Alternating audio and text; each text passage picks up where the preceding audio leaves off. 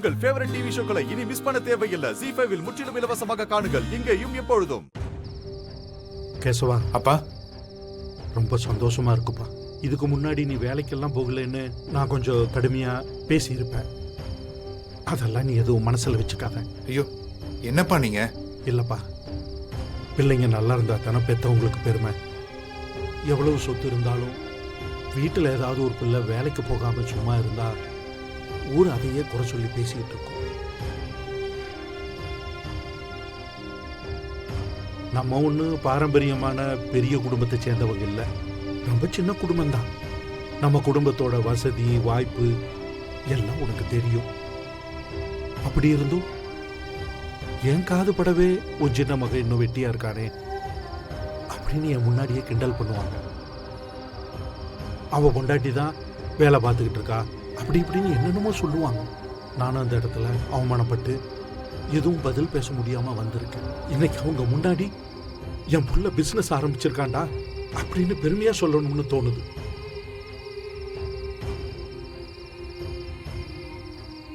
இனிமேல் உன்னை யாரும் இப்படி சொல்ல முடியாதுல்லப்பா. இப்பதாண்ட மனசு நிறைஞ்சு போயிருக்கு.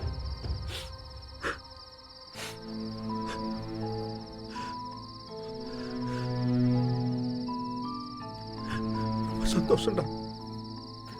என்னங்க என்னங்க இது? இல்ல லட்சுமி, இல்ல இது வெறும் கண்ணீர் இல்ல, இத்தனை வருஷத்தோட வலி. டேய், என்னடா கேசவனியும் சின்ன புள்ள மாதிரி? இல்லம்மா, நீங்க எல்லாரும் என்னால மனசளவுல எவ்வளவு கஷ்டப்பட்டிருப்பீங்கன்னு புரியுதுமா.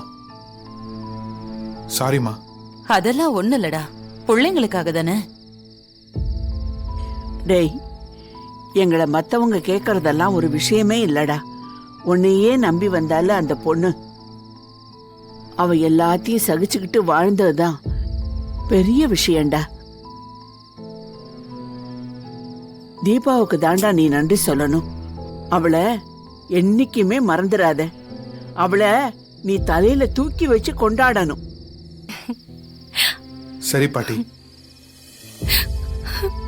தீபா, நீங்க ஏன் அழுதுட்டு இருக்கீங்க?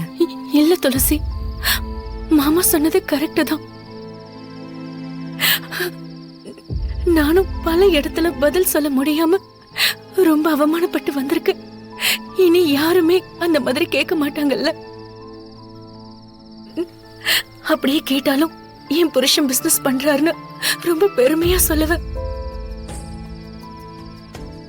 ஐயோ, நிலா போய் சூரியனே வந்துடும் போல இருக்கே. பெரிய எமோஷனல் சீனா இருக்க. சீக்கிரமா முடிச்சு தொலைங்கப்பா, பசிக்குது. ஓகே, நாளைக்கு எல்லாரும் ஃபங்க்ஷனுக்கு வரணும். யாரும் வராம இருக்க கூடாது.